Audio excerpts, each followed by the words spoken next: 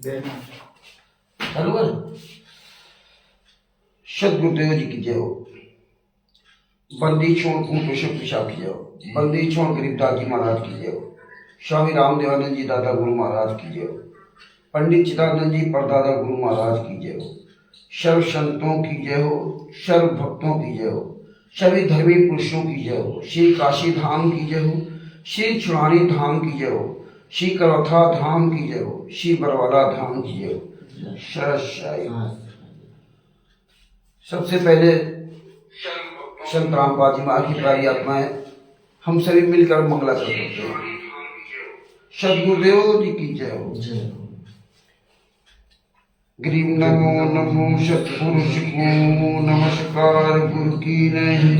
सुर नर मुनि जन साधवा संतों सर्वसते नहीं। सतगुरु साहिब संत सवे दंडोतम प्रणाम। आगे पीछे मध्य हुए तिन पूजा कुर्बान। नराकार निर्विषैनम काल जाल भयभंजनम। निर्लेपम निर्विगुणम अकल अनुपे शून्य दुनम। शोभम सुरति समापतम सकल समाना नीरति लय। उजल हिरंबर हरदम बेपरवाह था है वार पार नहीं माध्यत। निर्जोष मृत सिद्ध होई गणनायक गलताना। करो अनुग्रह सोई पारस पद परवाना। आदि गणेश मनाऊं गणनायक देवन देवा। चरण कमल ल्योलाऊं आदि अंत क्रम सेवा। परम शक्ति संगीतम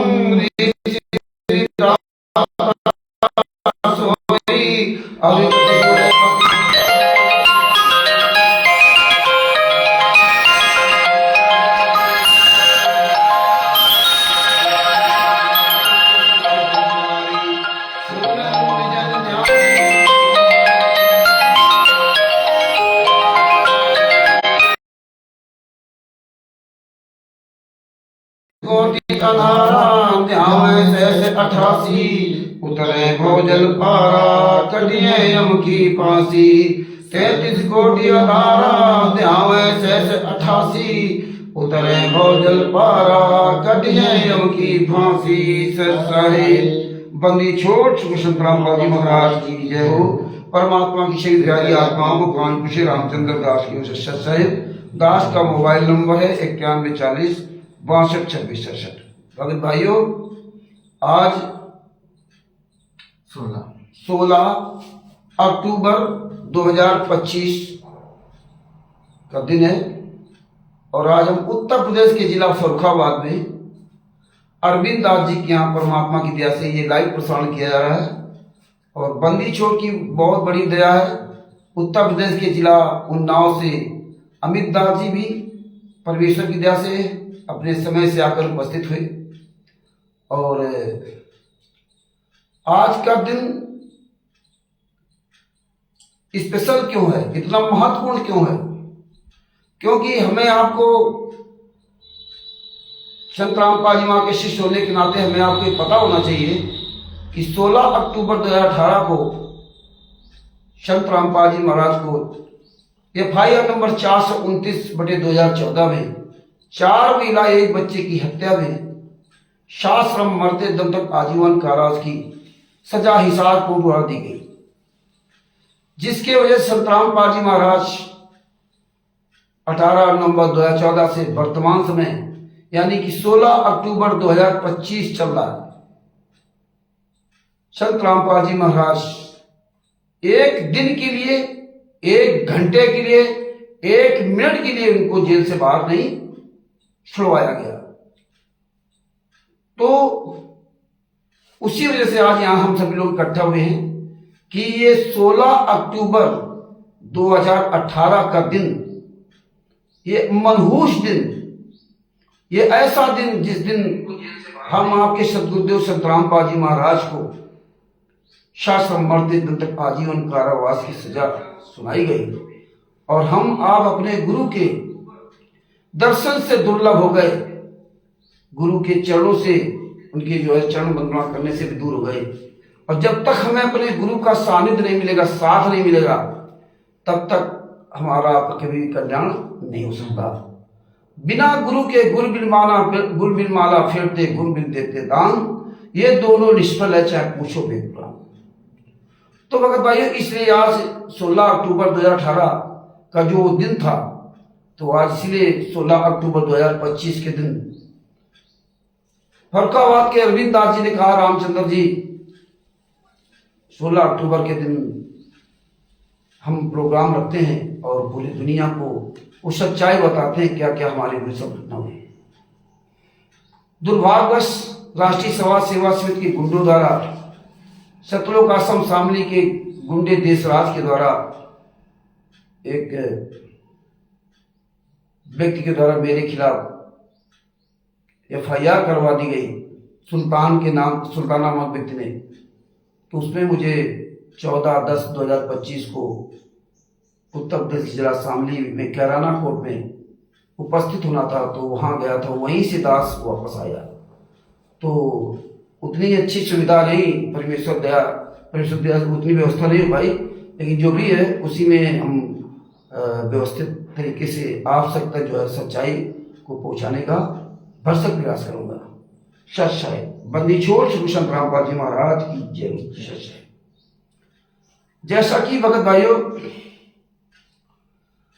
हम जो मानव जीवन प्राप्त किया और मानव जीवन प्राप्त करने के बाद बचपन से ही हमें जो शिक्षा दी गई, स्वर्ग तक की बात बताई गई और उसी मार्ग पे हम दृढ़ता के साथ चल रहे थे।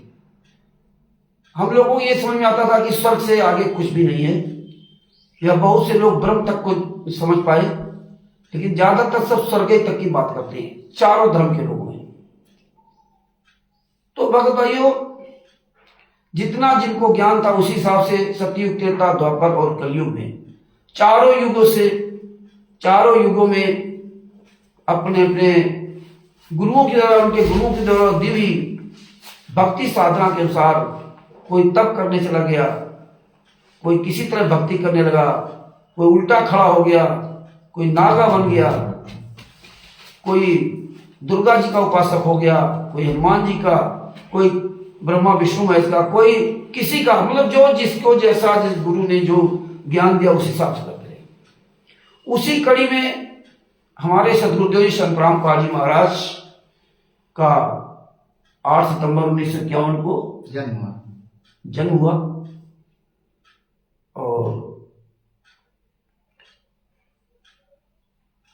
अपना जिस तरह हम आप लोगों का अपना जो है उम्र बढ़ती गई, शिक्षा दी गई, उसके साथ से जिम्मेदारियां बढ़ती गई, जो जैसा हमारे समाज में चलता उस हिसाब से उनकी जो है शादी विवाह संपन्न कराया गया, बच्चे हुए। और हमारे सदगुरुदेव संतरामपाल जी महाराज ने बताया कि लगभग शायद 30 या 35 साल तक हनुमान जी से लेकर के जो जिन देवताओं को, देवियों को अपना समझते थे या उनको बताया गया था, जिनके बारे में उनकी सबकी उन्होंने उपासना की, पूजा की और व्रत रखे, और जो जैसी भक्ति दी गई उसे उन्होंने भक्ति किया। भक्ति मार्ग में चलते हुए जैसे जैसे व्यक्ति आगे बढ़ता है, उसके पूर्व जन्म के पुण्य जो होते हैं उसको बुरे कर्म या अच्छे कर्म की तरफ ले जाते हैं। उसी कड़ी में संतरामपाल जी महाराज का जो है कि मुलाकात या भेंट स्वामी रामदेवानंद जी महाराज से हुई। स्वामी रामदेवानंद जी महाराज से भेंट हुई और स्वामी रामदेवानंद जी महाराज ने जो शब्द भक्ति दी थी, सारे वेद शास्त्रों से प्रमाणित जो भक्ति दी थी, उस भक्ति को प्रमाण सहित देखने के बाद हमारे सदगुरुदेव संतरामपाल जी महाराज ने स्वामी रामदेवानंद जी महाराज जी को अपना सदगुरु बनाया। सदगुरु क्यों बनाया? क्योंकि उनको प्रमाणित भक्ति से विश्वास हो गया था कि मैं इस संसार से मुझे पार होना है, और इस धरती पर स्वामी रामदेवानंद जी महाराज के सदगुरुदेव के अलावा कोई भी मुझे इस 84 लाख योनि से छुड़ा करके और सतलोक नहीं पहुंचा सकता। जिस सतलोक से हम आप लोग यहाँ पर वहां पर जो है यहाँ आकर धक्के खा रहे, जो नादानियां हम लोगों की थी। हालांकि संतराम पाल जी महाराज के बारे में कवि सागर सलाट में वैसे भी बताया गया, परमात्मा ने कहा था धनीधर दास जी से कि धनीधर दास तुम 8वीं श्रुति हो। जब धनीधर दास जी कहा था कि प्रभु मैं तो भटक गया, भटकने का मतलब ये फेल नहीं हुए, वो सतलोक गए, लेकिन वो इतना था कि हम बता देंगे मोबस, अपने लड़के को हम सार नाम सार शब्द बता देंगे मोबस, इसलिए मुझे जिंदा दफना दीजिए। मतलब जिंदा दफन हो जाना बहुत बड़ी बात है, बहुत बड़ी बात है। और तिमिर दूध पौंड तक जैसे लोग क्या कहते हैं कि वो तो पार नहीं बेटे। हाँ, उन्होंने स्वयं कबीर साहब से कहा था कि मुझे जिंदा दफना दीजिए। बहुत बड़ा त्याग किया उन्होंने, और क्योंकि उनको भी पता चल गया था कि सतलोक के अलावा जितने भी लोग हैं सब नाशवान हैं और 84 लाख योनि हमारी दुर्गति होनी है। जिसको अपनी दुर्गति को सामने नजर आने लगती ना, तो ऑटोमेटिक उसकी बुद्धि खुल जाती है। बाकी तो आपको मालूम है, जैसा कि सतगुरुदेव जी ने उनके बारे में धनीधर दास जी के बारे में अच्छी तरह बताया। तो धनीधर दास जी को चिंता हुई कि महाराज कबीर साहब से प्रार्थना की कि हे बंदी छोड़, ये बताइए मेरे वंशजों को कैसे क्या हाल होगा, उनको कैसे पार होगे। तब कबीर साहब ने कहा कि धनीधर दास जी तुम 8वीं श्रुति हो, तुम एक अच्छी आत्मा हो, 8वीं श्रुति हो, तुम्हारे बाद फिर किसी को आना नहीं था, लेकिन तुम भटक गए। लेकिन तुम चिंता न करना, 9तम श्रुति बूंद प्रकाशा, 9तम श्रुति बूंद प्रकाशा, यानी कि 9वीं जो अच्छी आत्मा है मैंने मिनी सतलोक में छिपा रखी है। 9वीं सतलोक में जो अच्छी आत्मा है वो मिनी सतलोक में छिपा रखी है, और उसका माता पिता के सहयोग से उनका जन्म होगा। और जो उनसे आपका जो भी वंशज है, उनसे जो नाम दीक्षा लेकर के वो मर्यादा में रहकर भक्ति करेगा, उसका वही उसका पूर्ण मोक्ष होगा। धनीधर दास जी को ये बता गए।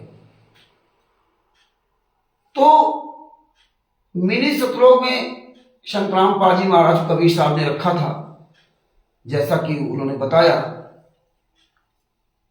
तो संतराम पाल जी महाराज को यहाँ उनको माता इंद्रो के गर्भ से, इंद्रो माई के गर्भ से उनका जन्म हुआ। और स्वामी रामदेवानंद जी महाराज को जब अपना गुरु बनाया, तो फिर संत रामपाल जी महाराज ने सदरा जी की तरह काम किया। सिर सौंपा गुरुदेव को, सफल हुआ ये शीश। और नित्यानंद जी महाराज जी आप बसें जगदीश, ऐसे पूरी मतलब जो है, सिर सौंपा गुरुदेव को, सफल हुआ यो शीश। नित्यानंद महाराज जी आप इस दास की आप जगदीश। मतलब तो जिस तरह सदना जी ने पहले दिन ही सत्संग सुना था, पहला दिन नाम दीक्षा भी नहीं ली थी, और वो फिर अपने मालिक का कहना नहीं माना। बाकी आपको पता है, लंबी क्या कहानी ना बता करके सत्संग पता है। तो दोनों हाथ उसने अपने कटना स्वीकार कर लिया, लेकिन बकरे को दोबारा आगे या पीछे से किसी भी तरह से उसको काटा नहीं, खुद अपने हाथ कटवा दिए। लेकिन देखिए कितनी बड़ी बात है कि उन्होंने पहले दिन सत्संग सुना था और दोनों हाथ कट गए, या एक हाथ कट जाए तो आदमी मर जाएगा जिसका कोई इलाज नहीं होगा, उसके दोनों हाथ कट गए थे, पूरा खून निकल गया होगा, और कैसे वो चल रहा था। और हम आप लोग केवल सत्संग सुनते मौज मस्ती के लिए, ये नहीं सोचते कि चल कैसे रहा था। चल इसलिए रहा था क्योंकि वो सदगुरुदेव को सौंप दिया था, और हम आपने सदगुरुदेव को अभी तक कुछ सौंपा नहीं है, चाहे जितने पुराने अपने आप को भगत कहते हो। तो ये वही सौंपेगा जिसको इस काल लोक का भय नजर आएगा, जिसको 84 लाख योनियां नजर आएंगी। जो 84 लाख योनियों में अंजर, चैचर, जलजर, ये जितने जीव है, कुत्ता, गधा, सुअर जो बन रहे हैं, कितनी यातनाएं इनको सहनी पड़ रही है। ये जिसको कष्ट याद रहेगा वो फिर कभी भी अपने गुरुदेव से अलग हो ही नहीं सकता। वो तो फिर रियल में सदगुरुदेव को अपना सौंप दिया, फिर कुछ भी करें गुरुदेव जी। तो ये संतराम पाल जी महाराज को उस ज्ञान आधार से समझ में आया और उन्होंने अपने आप को सर्वस्व सौंप दिया अपने गुरुदेव को, और इतनी ऐसी सेवा की अपने गुरुदेव की, इतनी विकट सेवा की कि देखिए 1988 में स्वामी रामदेवानंद जी महाराज ने परम पूज्य सदगुरु संतराम पाल जी महाराज को अपनी शरण लिया, और 1994 में यानी कि मात्र 6 साल बाद संतराम पाल जी महाराज को अपना पूरा कारभार सौंप दिया, अपना पूरा कारभार सौंप दिया। मात्र 6 साल पुराने वक्त को सार नाम सार शब्द दिया, मंत्र, तीनों मंत्र, सार नाम सार शब्द वो सब दिया, पूरा कारभार सौंप दिया। और आशीर्वाद क्या दिया? जब संत रामपाल जी महाराज घबरा गए, जैसा कि हमारे गुरुदेव जी ने बताया, पसीना पसीना हो गए, स्वामी रामदेवानंद जी महाराज ने आशीर्वाद दिया कि चिंता न कर बेटा, मैं तेरे समान पूरे विश्व में कोई दूसरा संत नहीं होगा, और ये मेरा आशीर्वाद है तुझको, और मैं हमेशा तेरे साथ रहूंगा, तुम चिंता मत करो। सदगुरुदेव जी महाराज ने बताया कि हम डर गए थे कि इतना बड़ा भार कैसे संभालेंगे, और जितने शिष्य थे उनके, स्वामी रामदेवानंद जी महाराज के जितने भी शिष्य थे, जो भी 10 साल, 20 साल, 50 साल, 75 साल, जितने भी पुराने शिष्य थे, उनसे सबसे कह दिया कि आज के बाद हम तुम्हारे गुरु नहीं रहे, ना तुम मेरे शिष्य हो। अगर तुम पार होना चाहते हो तो इनको अपना गुरु संत रामपाल जी महाराज को दोबारा अपना गुरु बनाओ, और फिर मर्यादा में रहकर भक्ति करते हुए, भक्ति करोगे, मर्यादा में रहकर भक्ति करोगे तो यहां से पार हो सकते हो, भगना नहीं। उसमें सब लोग फेल हो गए। हालांकि बताते हैं कि 1 लाख शिष्य थे, अंत में 2 ही बचे थे शिष्य, संत रामपाल जी महाराज एक और। तो उसने कहा कि बूढ़े हो गए, संत रामपाल जी महाराज कहा कि बूढ़े हो गए, इनको छोड़ दो, चलो चलते सठिया गए। तो गुरु जी ने कहा कि तुझे ये बात कहती है, तेरी जबान नहीं कर गई। ये परीक्षा ली थी संत रामपाल जी महाराज ने, ये परीक्षा ली थी स्वामी रामदेवानंद जी महाराज ने, क्योंकि उनको यहां से जाना था और अपना ये कारभार संत रामपाल जी महाराज को सौंपना था। तो ये पूरी परीक्षा ली थी, और परीक्षा में संत रामपाल जी महाराज सफल हुए, और ऐसे सफल हुए कि उन्होंने अंत में नौकरी त्याग दी, और नौकरी जब त्याग दी तो घर में जो ऐशो आराम थे, जो संत रामपाल जी महाराज की धर्मपत्नी, अब धर्मपत्नी क्या कहें, वो धर्मपत्नी कहा जाए तो ज्यादा बेहतर अच्छा रहेगा। ये सब अपनी शान शौकत की वजह से, क्योंकि अब इनके वो खर्चे नहीं चल रहे थे जो पहले कभी चलते थे, जो इनको सैलरी तनख्वाह मिलती थी संत रामपाल जी महाराज को इंजीनियर की, तो अब इनको तकलीफ होती थी। तो संत रामपाल जी महाराज को बहुत उन्होंने टार्चर किया। संत रामपाल जी महाराज को ज्ञान हो गया था कि मुझे यहां से पार होना है, अब कुछ भी हो। अंत में उनको अपनी मेहनत की कमाई का बनाया हुआ घर भी छोड़ना पड़ा रोहतक से। वैसे तो रहने वाले जिला सोनीपत के ग्राम धनाना के रहने वाले थे, लेकिन नौकरी करते थे यहाँ रोहतक में बिजली विभाग में, जूनियर इंजीनियर थे, जेई के पद पे थे। तो यहाँ अपना घर बना लिया था, और अंत में उन्होंने घर छोड़ना मंजूर किया, परिवार को छोड़ना मंजूर किया, जीन ने कुटिया बनाना मंजूर किया, लेकिन परिवार के आगे झुके नहीं, टूटे नहीं, क्योंकि उनको पता हो गया था सदना जी की तरह कि मुझे मोक्ष प्राप्त करना है और ये सभी मोक्ष में बाधक बनेंगे। ये माया, परिवार, इष्ट मित्र, नाते रिश्तेदार, ये सब मोक्ष में बाधक पड़ेंगे। और मोक्ष पाना इतना आसान काम भी नहीं है। काल ब्रह्म इतनी आसानी से यहां से किसी को जाने नहीं देता, क्योंकि उसको पता है कि अगर एक जीव यहां से आसानी से चला गया तो यहां अन्य जीवों की लाइन लग जाएगी, सभी यहां से निकल जाएंगे, तो मेरा क्या होगा। तो काल ब्रह्म ने संत रामपाल जी महाराज को उसी तरह से दंड देना शुरू किया जिस तरह से पूर्ण परमात्मा, पूर्ण परमेश्वर कबीर साहब जब लगभग 625 साल पहले आए थे और उनको दंड दिया गया। इस तरह से काल ब्रह्म ने अपनी पूरी साजिश रची। वो तो काल ब्रह्म है, बलवानों का बल मैं हूं, बुद्धिमानों का बुद्धि मैं हूं। संत रामपाल जी महाराज एक छोटी सी कुटिया में रहते थे, कुटिया बनाकर रहते थे जींद में। काल ब्रह्म का चक्र देखिए कि कोई एक जो लोग संत रामपाल जी महाराज के सामने आते थे, भक्ति करते थे, मारते थे, वो लाभ मिलता था। क्यों जिन हरि जैसा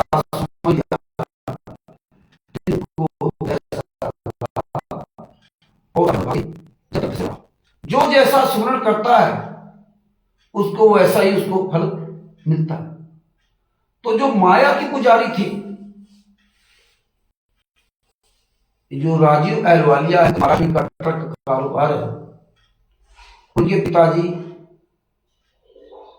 को जो भी लाभ हुआ होगा, उस समय तो दास वहां नहीं था, जितना दास दूसरों के द्वारा सुना उतनी बात दास कर रहा है। और उन लोगों ने करौथा में एक छोटी सी जमीन लेकर के छोटा सा आश्रम बनाया। आश्रम बनाने के बाद संत रामपाल जी महाराज से प्रार्थना की, जैसा कि करौथा कांड का रहस्य नाम पुस्तक में लिखा हुआ है, उसके अनुसार दास बता रहा है। संत रामपाल जी महाराज प्रार्थना की कि हे बंदी छोड़, आप पधारे आश्रम में और वहां सत्संग करें, पूरी दुनिया सुनेगी। संत रामपाल जी महाराज उनकी प्रार्थना स्वीकार की, या क्या हुआ उसके बारे में हम प्रमाणिकता के आधार से नहीं बता सकते, कह सकते, जो सुनी सुनाई बात है वही बात कह सकते। कल कोई ये ना कहे कि रामचंद्र अपनी तरफ से बात बना रहा था। करौथा आश्रम में जाने के बाद संख्या बढ़ने लगी लोगों की। काल ब्रह्म को अपना चाल चलना था। काल ब्रह्म को चलना था, चाल चली कि लोग जीव बताइए भक्ति को खास मर्यादा रखते, मत चाहे जितना चाह करे कोई बात नहीं, मर्यादा रख सके। तो उसने माया धो दिया और माया के पुजारी थे काल के दूत महेंद्र, संत रामपाल जी महाराज महेंद्र और गुरु जी की पत्नी अनारो माई, उसमें वीरेंद्र मनोज, जितने भी बड़े उम्र के हो, ये सब लोगों ने मिल करके और अन्य लोगों ने मिल करके जो आश्रम बनाया करौथा आश्रम, तो सबसे पहला काम उन्होंने एक ट्रस्ट बनाया। हालांकि कबीर साहब से लेकर संत रामपाल जी महाराज के पेड़ तक, स्वामी रामदेवानंद जी महाराज तक कोई ऐसा प्रमाण नहीं मिला है कि उन्होंने कोई संस्था बनाई हो। स्वामी रामदेव जी महाराज के भी लाखों शिष्य थे, लेकिन दास को कभी ये सुनने नहीं मिला कि उन्होंने कोई संस्था बनाई। क्योंकि जहां संस्था बन जाती है तो वहां फिर ऑटोमेटिक पद मिलते हैं, और फिर आदमी जो ना वो पद पा करके उसको बौराना ही बौराना है। राष्ट्रीय समाज सेवा समिति जो वर्तमान समय बोली जाती है, जो मनिंदर धर्मार्थ ट्रस्ट बोले जाते हैं, इन कुंडों ने 1999 में बंदी छोड़ भक्ति मुक्ति ट्रस्ट बनाया। संत रामपाल जी महाराज के आदेशानुसार बनाया या नहीं बनाया, क्योंकि आदेशानुसार तो हम नहीं कह सकते, क्योंकि जिन संत रामपाल जी महाराज ने 1994 में अपना घर परिवार सब त्याग दिया था, तो उसको दोबारा कैसे बन गया? कहते परमात्मा की जो तुम छाड़ो हाथ तो कौन उतारे पार। जिसको उस परमात्मा ने, जिसको उस गुरु ने त्याग दिया हो, उसको कोई असंख्य ब्रह्मांडों में बचाने वाला नहीं है। जिसको गुरु ने त्याग दिया, और गुरु ने अपने घर परिवार नाते रिश्तेदार सबको त्याग करके तब जीव में कुटिया बना के रहते थे, तो सबको त्याग दिया था। और दास 2014 में सतलोक आश्रम बड़वाला में गया था, वहां टीवी द्वारा नाम दीक्षा लिया, और वर्तमान समय तक या इसके पहले भी हम जो भी वीडियो देखते हैं, कभी भी हमने नहीं देखा कि संत रामपाल जी महाराज ने कभी अपने जगत के नाते छोटे वाले भाई महेंद्र से बात करते हुए, या पत्नी अनौरमाई से बात करते हुए, या बेटा बेटी वीरेंद्र मनोज और अंजू मंजू से बात करते हुए कभी भी आपने कोई भी वीडियो ऑडियो नहीं सुना होगा। आश्रम के अंदर कहीं भी हो, आश्रम के अंदर हो चाहे बाहर भी हो, ना सत्संग के माध्यम से आपने उनकी अच्छाई सुनी होगी। जबकि संत रामपाल जी महाराज ने सत्संग के माध्यम से 2008 में या उसके पहले सत्संग के माध्यम से स्पष्ट पूरी दुनिया के सामने बता दिया था कि मेरी बेटा बेटी 4 संतानें थी। मेरी बेटा बेटी 4 संतानें थी का मतलब पहले थी, अब मर चुकी। ये हमारी नहीं है। जिस दिन तक घर छोड़ा उस दिन तक मेरी नहीं है। मेरी बेटा बेटी 4 संतानें थी। मैं जानता हूं कितनी मेरी सेवा करते थे। मैंने उस प्रभु की परमात्मा की रटना लगाई, तो आप जैसे मेरे लाखों बेटा बेटी हो गए। अब एक को आवाज देता हूं तो 10 खड़े हो जाते हैं। तो कहीं भी अपने परिवार का जिक्र नहीं किया संत रामपाल जी महाराज ने। और ये जो परिवार था, और ये सब माया के पुजारी थे। और जैसे बलजीत जो पिताजी थे, उनको पार होना था, उनको पता था इस संसार से, मोह माया से हमें दूर होना है, हमें सतलोक जाना है। तो संत रामपाल जी महाराज ने, हमारे सतगुरुदेव जी संत रामपाल जी महाराज ने उनके बारे में बताया भी, यो सीधे यहां से सतलोक गए। आज वही बलजीत है। और आज आप देखो पूरी राष्ट्रीय समाज सेवा समिति, इनको कोई सतलोक से लेना देना नहीं, बढ़िया नेता बने घूम रहे। और संत रामपाल जी महाराज को जेल में डालने के लिए इन्होंने अपना षड्यंत्र रचना शुरू कर दिया। और इसीलिए इन्होंने ट्रस्ट बनाया था।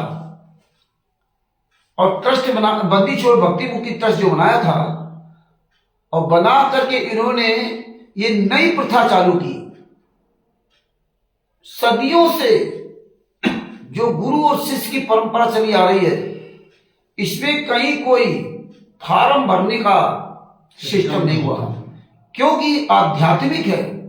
ये अपना इंटरनल मैटर है। ये कोई कोर्ट कचहरी का मुकदमा नहीं है जो आपको ट्रस्ट के पर्चे पर या किसी कागज पर आपको लिख के दिया जाए कि आज के बाद तुम मेरे शिष्य हो गए और हम आपके गुरु हो गए। तो ये नई परंपरा इन काल के दूतों ने चालू की और हम आप सत्संग तो सुनते थे, लेकिन सबसे ज्यादा हम मोहित इन काल के दूतों पे हो गए थे, क्योंकि मेरे अंदर ये भाव आ गया था, मेरे अंदर का मतलब हम सभी जो भगत भाई बहन हैं कि ये पत्नी है, ये बेटा है, ये बेटी है, ये भाई है, ये परिवार है, ये संत रामपाल महाराज के बहुत क्लोज है। इनको देखना मुझे, यही हमारे आपके संग्राम का है। स्वयं अपने गिरफ्तार झांके थी। वही सब संत रामपाल जी महाराज ने बताया था कि आप जब सतलोक में थे तो काल ब्रह्म लाखों किलोमीटर दूर तप कर रहा था और आपको सारी सुविधाएं वहां फ्री थी, खाना पीना, फल फ्रूट, रहना सहना, VIP सब बंगले मकान, जो चाहो जहां चाहो जब चाहो खाओ पियो। वो पूरा शरीर के अंदर मेल्ट हो जाता था, ना लेटरिन जाना ना बाथरूम जाना। हमें फ्री सुविधाएं मिल रही थी और फ्री सुविधाओं के लालच में हमने अपने कबीर साहब से अंतरात्मा से नाता तोड़ दिया और उस व्यक्ति की जो है अड़ंगबाजी कलाबाजी देख करके, जो एक टांग पे खड़े होकर के पता नहीं 70 युग कितने युगों तक तपस्या की, उसकी तप को देख करके हमारे अंदर मोह पैदा हो गया कि यार ये तो बहुत बड़ा भगत है। और जबकि वो हमारा ही सबका भाई था। और इसके बाद देखिए, केवल सिर्फ आपने उसको देखा और देखने के बाद आपके अंदर मन में इतनी सी बात आई, उससे कुछ मिला नहीं आपको, मिला ये कि आप सदियों से पता नहीं कितनी बार 84 लाख योनियों में क्या क्या आपने कष्ट उठाए होंगे और आज भी आप कष्ट उठा रहे हो। तो भगत भाइयों, इसी प्रकार से यहां पे हम आप जब ये सतलोक का सब कुछ समझने के बाद भी हमारी आपकी अकल ठिकाने नहीं आई, संत रामपाल जी महाराज ने हमें उंगली रख रख के पढ़ाया और यही गलती हमने 625 साल पहले भी की। कबीर साहब जब आए और फिर संत रामपाल जी महाराज जब यहां इस पृथ्वी पर आए, संत रामपाल जी महाराज ने मुझे उंगली रख रख के पढ़ाया, एक बच्चे की तरह पढ़ाया। लेकिन हमने सबने सतलोक से भी गंदा काम किया वर्तमान समय, जबकि वर्तमान समय में हम पढ़े लिखे लोग हैं। और इसके बाद भी हम आश्रम में जाते थे तो इनको सबको काल के दूतों को देख करके ना मोहित हो गए।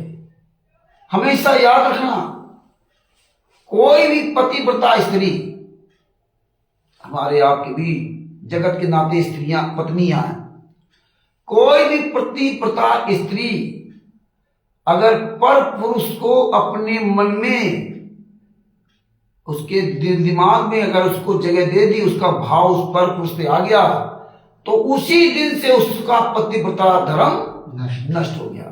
ये बहुत नाजुक डोर है, ये आपको दिखाई नहीं देगी मकर तार की डोरी की तरह, लेकिन ये टूटने में टाइम नहीं लगता, इसको जोड़ने में पता नहीं कितने युग बीत जाए और फिर भी कोई ना जुड़े।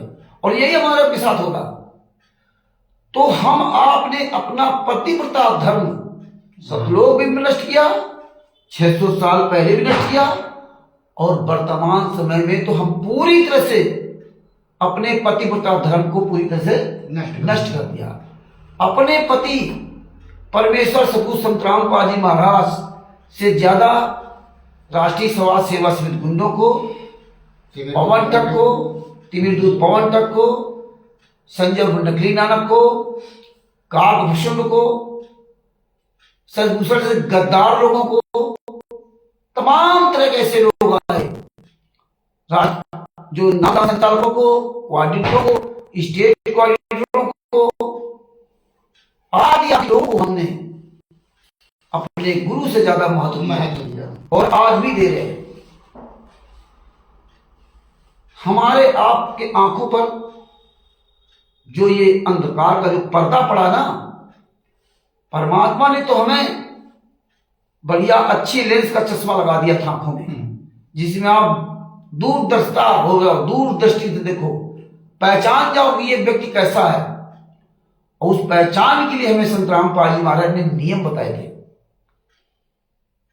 कि बेटा ये नियम है, इससे आप अच्छे बुरे व्यक्ति की पहचान कर लोगे और तुम्हें हमारे अलावा कोई दुनिया में कुछ भी खिलौना नहीं दे सकता। मेले में अगर आप गए हो तो बच्चा जब देखता है दौड़ के ये खिलौना वो खिलौना, लेकिन पिता ही खिलौना दिलवा सकता और कोई खिलौना दिलवा नहीं सकता, क्योंकि वो जो खिलौना बेच रहा है वो भी कहीं से खरीद के लाया है वो भी खरीद करके लाया है। तो हम सब लोगों ने शुरुआत से ही हमारे अंदर जो भाव पैदा था राष्ट्रीय समाज सेवा समिति गुंडों को अपनाना, ये हमने किया और उसका परिणाम ये हुआ कि ये कालदूत माया के लोभी, इनको सतलोक जाने की चिंता नहीं है, क्योंकि कहते ना विनाश काले विपरीत बुद्धे।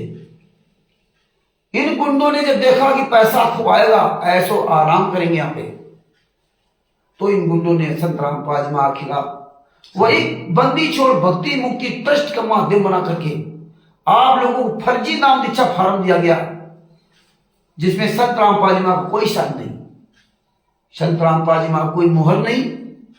और हम पढ़े लिखे लोग, हम शिक्षित लोग वो फार्म लेते गए जिसमें संत रामपाल जी महाराज ना तो कोई साइन था ना तो उनकी कोई मुहर थी। जैसा कि हम जानते हैं कि किसी भी का कोई प्रमाण पत्र है, अगर उसमें उस डिपार्टमेंट के अधिकारी के साइन और मुहर नहीं है तो वो प्रमाण पत्र फर्जी माना जाएगा। और हम आप ये देखते थे संत रामपाल जी महाराज आश्रम बैठे और फार्म लेके चले, फार्म भराया, चार आज की ठीक है, हाँ गुरु जी बता दे रहे सतनाम लिखा, तो उसके संत रामपाल जी बताया था कि कोई ऐसे फार्म बना दे और वैसे हमारे साइन बना दे, तो वो जब असली अधिकारी के पास जाएगा तो वहां पर वो आ जाएगा, वहां तुम्हारा ये असली नकली वाला खेल नहीं चलेगा, क्योंकि चित्रगुप्त जी आपकी वीडियो बना रहे हैं। और ये बात हम आप भूल गए जब आप भूल गए तो आम आदमी क्या करेगा। और ये वहीं से पतन की कहानी शुरू हुई, हमारी आपकी पतन की कहानी, ना कि संत रामपाल जी महाराज की पतन की कहानी। पतन की कहानी तो हमारी आपकी शुरू हुई है, संत रामपाल जी महाराज के पतन की कहानी नहीं है। लेकिन हमारे आपके वजह से संत रामपाल जी महाराज को इतना दुख झेलना पड़ रहा। अगर हम आप जागरूक होते तो आज हमारे सदगुरुदेव जी जेल में नहीं होते, हमारे सामने होते। आपको इस्तेमाल किया जा रहा है, आपके पैसे का इस्तेमाल किया जा रहा है, आपको इस्तेमाल किया जा रहा है। एक सिरफिरा व्यक्ति आपको इस्तेमाल कर रहा है और आपके ही गुरु के खिलाफ इस्तेमाल कर रहा है, और आप खुशी खुशी अपने गुरु के विरुद्ध कार्य करने के लिए 24 घंटे इन गुंडों का खुलकर साथ दे रहे हैं। चाहे वो राष्ट्रीय समाज सेवक गुंड हो, चाहे वो तिमिरदूत पवन ठग हो, संजय ठग हो, चाहे कालदूत वो नरेंद्र या काल का दूत दूसरा गद्दार हो। जब आपका किसी व्यक्ति के अंदर ये भाव पैदा हो गया कि वो 35 साल पुराना वकील और रामचंद्र को उसने सिखा दिया, पढ़ा दिया, तो आज रामचंद्र बोल रहा, उसको बता रहा अकल नहीं है। लेकिन ये प्रमाण है कि इनको कितनी अकल है, उसका प्रमाण सहित आप सबके सामने रखा गया है। और उस प्रमाण को आप स्वीकार करें या ना करें उससे फर्क नहीं पड़ता। फर्क तो तब आपको पता चलेगा जब आप त्रिकुटी में आप भीगी बिल्ली बने होंगे, तब आपको पता चलेगा। अभी तो आप ऐश कर रहे हो, मौज कर रहे हो, अभी तो आपको लगता है कि रामचंद्र तो बकवास करता है, गाली देता है, लेकिन यही गालियां आपको वहां भी समझ में आएगी। यार गाली तो देता था, लेकिन मेरा अहित क्या किया। ये आपको बातें जब आप गहरी खाई में गिर जाते हो तब आपको पता चलता है कि मेरा दोस्त कौन है, दुश्मन कौन है। फिर तुम्हें वहां कोई बचाने वाला नहीं, क्योंकि आप अमर्यादित हो जाते हैं। तो इसीलिए ये चीजें में सावधानी पूर्वक रहना चाहिए था, क्योंकि आप वैसे तो बड़ी बड़ी बात करते हैं। गीता अध्याय 4 श्लोक नंबर 34 में भगवान श्री कृष्ण ने अर्जुन से कहा, हे अर्जुन, उस तत्वदर्शी संत की खोज कर, फिर उसकी कपट भाव छोड़कर उसकी शरण में जा, और फिर उसकी सेवा कर, और जब उसकी सेवा से, आपकी सेवा से वो प्रसन्न होंगे, तब तुझे तत्व ज्ञान देंगे। ये विधि थी संत रामपाल जी महाराज से जुड़ने के लिए। और शिष्य ये विधि थी संत रामपाल जी महाराज से जुड़ने के लिए। लेकिन हमने क्या किया, संत रामपाल जी महाराज से तो नहीं जुड़े, उनको तो केवल कहने में हो गया कि हमारे गुरुजी हैं। लेकिन आपने इन ठगों को अपना मेन मुखिया बना रखा। इस वजह से जो साजिश रची गई, छुड़ाई धाम कांड से साजिश रची गई संत रामपाल जी को फंसाने के लिए, और अंत में तुम सब लोगों के सहयोग से करौथा कांड करवा करके ही दम लिया। किन गुंडों ने दम लिया? जिनको संत रामपाल जी महाराज ने 1994 में त्याग दिया था, और वर्तमान समय भी आप उन्हीं के पीछे लगे हुए। तो और यही जो आप ये यथार्थ भक्ति बोध का अनुवाद देख रहे हैं पुस्तक, इसमें आप सिर्फ की अधीनता पढ़ते हैं, क्योंकि मंगलाचरण करते आप केवल रट्टू तोता बने हुए हैं। अगर कोई व्यक्ति इस पुस्तक के अनुसार चल रहा है तो अच्छी बात है, और जो केवल रट्टू तोता बना हुआ है उसको सोच लेना चाहिए कि आप चाहे 1994 में संत रामपाल जी महाराज नाम दीक्षा लिया हो, और चाहे गौथा आश्रम के अंदर नाम दीक्षा लिया हो, या बरवाला के अंदर टीवी द्वारा नाम दीक्षा लिया हो, या बरवाला कांड के बाद नाम दीक्षा लिया हो, वर्तमान समय नाम दीक्षा लिया हो, आप सबके लिए नसीहत है पुस्तक शिष्य की आधीनता।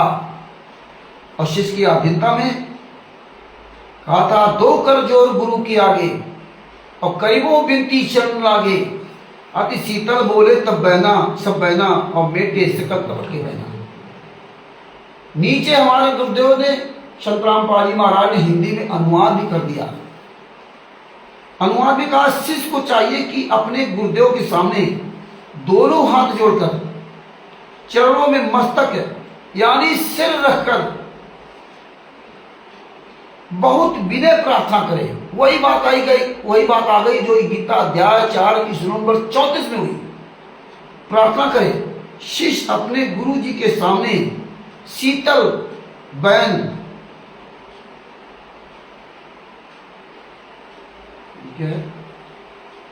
वचन, शीतल बहन अर्थात वचन, सर्व वचन गुरु जी के सामने अति शीतल, बहुत प्यारे, हृदय में शीतलता उत्पन्न करने वाले कहे, सब छल कपट के झूठे वचन, बहना मतलब वचन मेटे मतलब समाप्त करे, अर्थात त्याग देना चाहिए।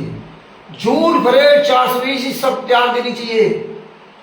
गुरु के चरणों में सिर रख करके बहुत प्यारे वचन बोलना चाहिए, गिड़गिड़ा करके, क्योंकि तुम्हें पता चल गया कि यही तारनहार है जो 84 लाख योनियों से, असंख्य ब्रह्मांडों के काल ब्रह्म के ब्रह्मांडों से मुझे छुटकारा दिला करके शत्रुओं में पहुंचा सकता है।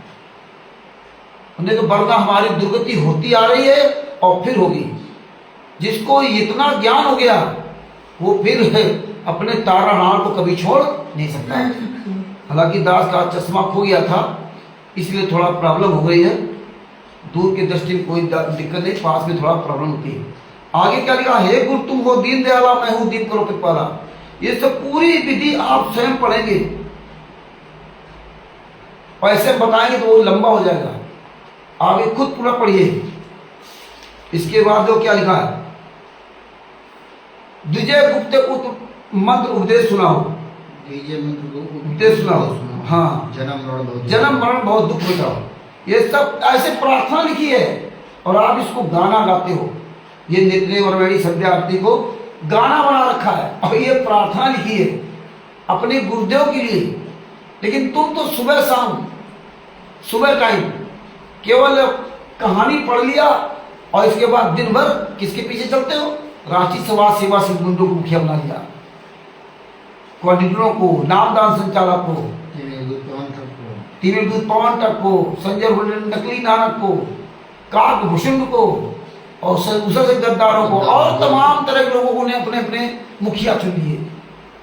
लेकिन इसमें क्या था, गुरुदेव के अलावा कोई दूसरा नहीं था। लेकिन अगर आप इन बातों को समझे होते तो आज हमारी आपकी दुर्गति न हुई। फिर इसमें क्या लिखा, यो आधीन होए शिष्य भाई, तब वो शिष्य पर कृपा करे गुरु। जब इतनी आधीनी भाव हो जाए, आप विचार कीजिए कि आपके अंदर कितनी आधीनी भाव है। तिमिर दूत पवन ठग के अंदर कितनी आधीनी भाव है, आपके द्वारा लूटे हुए पैसों से ऐश कर रहा है और आप खुशी खुशी पैसा दे रहे हैं। और सत्संग सुनते हो नरसिंह जी का, सत्संग सुनते हो संत रामपाल जी महाराज का, कि संत रामपाल जी महाराज, नरसिंह जी तो बात छोड़ दीजिए, वो तो मान लो लगभग 625 साल पहले की बात है।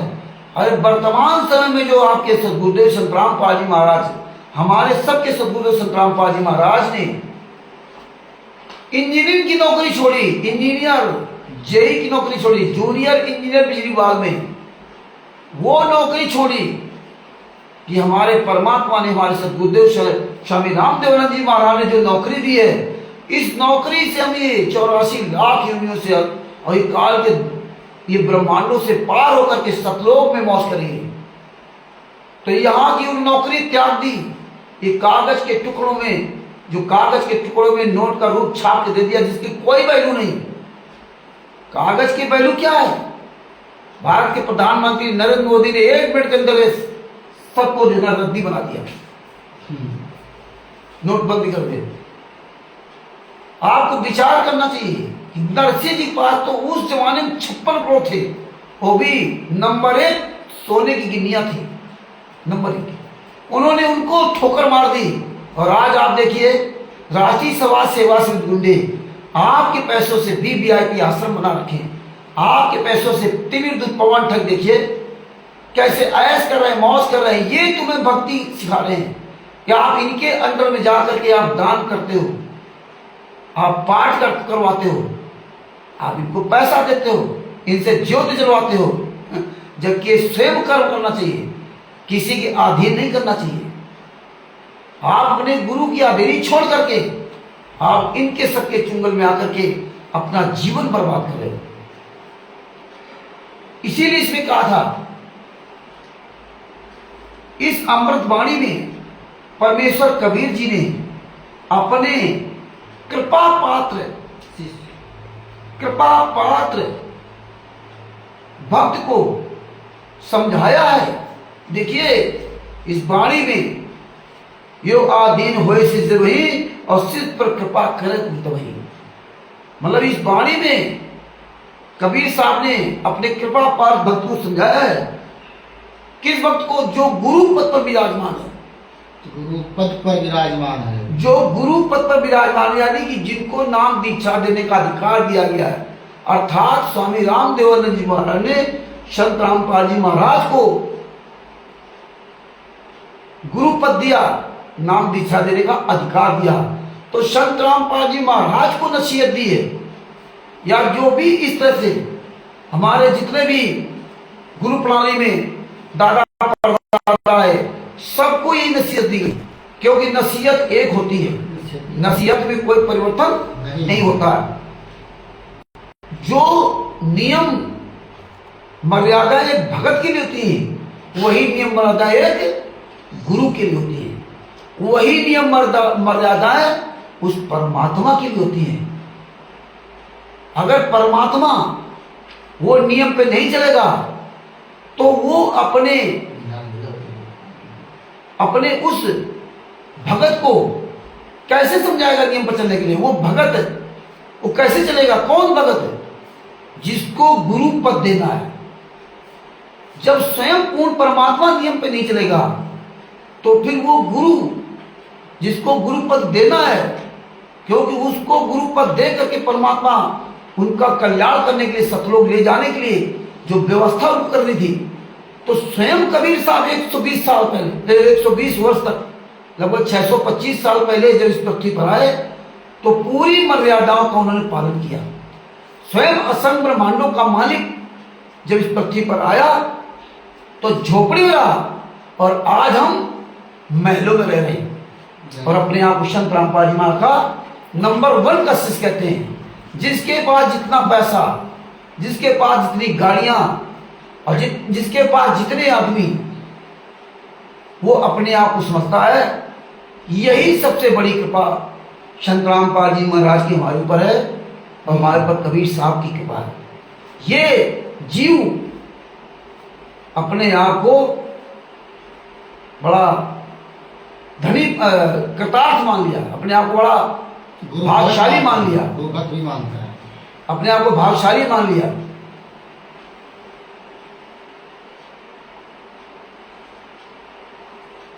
अच्छा समझते हैं। आगे गुरु ने क्या कहा? जो गुरु पर विराजमान कहा है, जिस समय शिष्य उपरोक्त वाणियों में वर्णित आचरण वाला तथा आधीन दास भाव वाला विनम्र हो जाए, तब गुरु उस शिष्य पर कृपा करे, अर्थात नाम दीक्षा दे। जब उसके अंदर इतना आधीनी भाव हो जाए, आधीनी भाव का मतलब क्या है? कि अब तुम्हें कैंसर लास्ट स्टेज का है और डॉक्टर ने बता दिया तुम्हें मरना है, तो तुम क्या, तुम्हारा पूरा वंश उस डॉक्टर के चरणों में नाक रगड़ेगा। जिस परमात्मा को जिस भक्ति करते हो उसकी तुम नाक रगड़ोगे, क्योंकि वो असली आधीनी भाव है कि तुम्हारे सामने मौत खड़ी है। तो अब तुमको उस समय वो व्यक्ति चाहिए तुम्हारा बचावनहार है। तो जब ये तुम्हारे अंदर भाव होगा कि नहीं, वास्तव में मुझे फिर 84 आगे उन्हें जाना पड़ेगा, मैं सुबह उठ करके नाश्ता चाय पानी जो कर लेता हूँ, कुत्ते की तरह मुझे नाश्ता भी नहीं मिलेगा और मैं जगह जगह ठोकर खाते हुए अंत में क्या खाओगे ये सबको पता है। तो जिसके अंदर ये भाव आ जाएगा वो बकवास करेगा ही नहीं, वो धन इकट्ठा करेगा ही नहीं। बात बाकी तो परमात्मा ने जिम्मेदारी ना,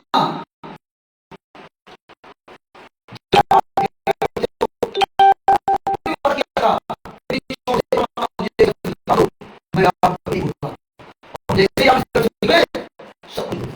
तुम्हारी अंतरात्मा को पार करने के लिए परमात्मा ने खबर में गई अति सुंदर शरीर दिया, जो इस शरीर के माध्यम से आप भक्ति करके सब जा सकते हैं। लेकिन आपने इस शरीर को 24 घंटे रुपया पैसा माया में लूटने में लगा दिया, ऐसो आराम शान शौकत में लगा दिया।